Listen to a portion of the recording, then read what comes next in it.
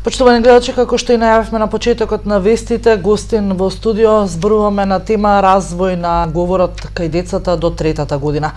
Вечерашен гостин во вестите, дефектолог и оринфренолог Спасе Додевски. Спасе, добро вечер и добре дојде во вестите на ВИС. Добро вечер, добро дојде. Така, со Додевски имаме зборувано на овие теми, но овој пат како една од главните проблематики кои што ги работите е аутизмот. Овој пат ќе се потрудиме да го трнеме настрана аутизмот и да зборуваме за пречките во развојот на говорот кај децата до 3-та или до 5-та година и како се помасовна појава кај во Македонија, па и на глобално ниво, е дека децата се помалку ни зборуваат, односно почнуваат да го развиваат говорот, која е една од главните причини, се знае ли?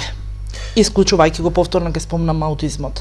Па во последно време со развојот на технолошките влијанија и со еволуција, со развој на еволуцијата, кај нарушувањата, знаеме дека говорот и пречките во говорот се еден фронт во однос на однесувањето, во однос на функционирањето на детето па и на организмот.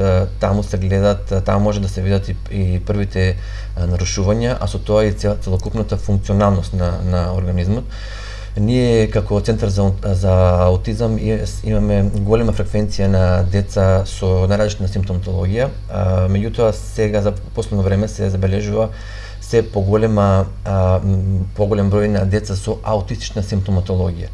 Со оглед на тоа што аутизмот сега се забележува дека аутизмот не е повеќе само ограничување на симптоми од симптоматска тријада, туку веќе во таа симптоматологија се вклучуваат и голем број на други симптоми, голем број на други нарушувања, така да мораме да водиме сметка за сите тие фактори влијанија кои влијаат на организмите, а со тоа и симптоматологијата на тие нарушувања, кои што кажав дека се генерални нарушувања, не можеме да ги ставиме, да ги вклопиме во една дијагноза. Па така нашата последна цел е да делуваме симптоматски и да ја подобриме функционалноста на овие деца. Така, ги спомнавме развојот на технологијата, телефоните, таблетите, компјутери, како и се почестото гледање на цртани филмови на некои од странските јазици, најпретежно на англискиот јазик. Колку родителите се свесни или треба да се укаже на поголема свесност кај родителите да се отфрлат, барем во момент кога говорот треба да почне да се развива од некаде од 9-тиот месец, првичните? Па, кажав дека имаме голема фреквенција на деца со таа групна симптоматологија.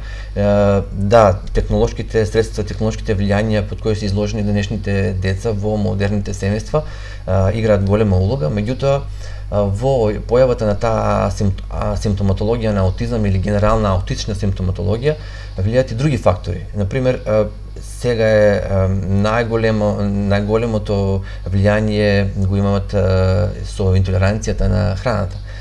Организмите, причината е тоа што организмите пред 50 на 60 години не биле исти како денес. Денеска организмите, децата во најраната возраст се многу ранливи и храната кажавме дека е доста модифицирана и негативно влијае поготово во најраната возраст на овие деца.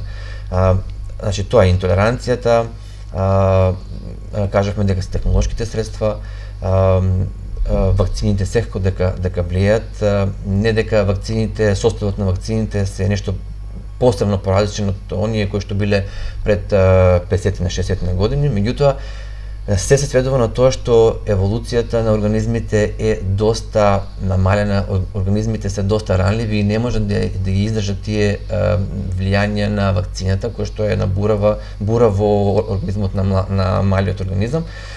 Така да стално, постојано апелираме до родителите, до организациите, до државата да направи еден големо движење во однос на информирањето на родителите на модерните семејства, на денешните современи родители, да обрнат посебно влијание на овие фактори кои доста влијаат на нарушувањата кај децата. Овие нарушувања не се ограничуваат само на симптоматологија на аутизам и на говор, туку во однос на најшироката лепеза на нарушување кај децата. Така.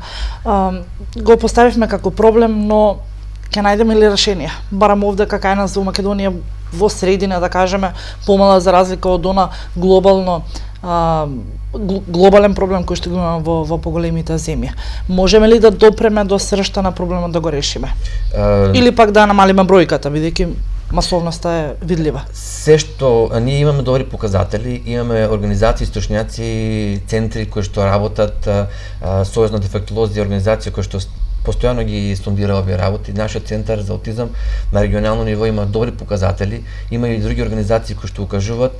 Се што недостасува кај нас е добрата волја за да се делува. До сега и апелиравме до сите институции, до сите релевантни фактори да се преземат одредени активности во донесување на одредени норми и одлуки и решенија за да може да се укаже или да се направат прописи по кои што треба да се однесуваат институциите во однос на вакцинациите, во однос на укажувањето, информирањето на родителите, а исто така и во однос на социјалната сфера, на социјалните центри, во однос на информирањето, советувањето на родилките и на семејствата. И јас се надевам дека во следниот период кој доаѓа дека ќе се разбуди целокупната заинтересираност на државата кон решавање на овие проблеми и систематски од организмите, од децата па се до институционалните решенија ќе имаме влијание и ќе се решат сите овие фактори, барем за следните генерации, а овие генерации кои што се сега да им помогнеме максимално колку што можеме.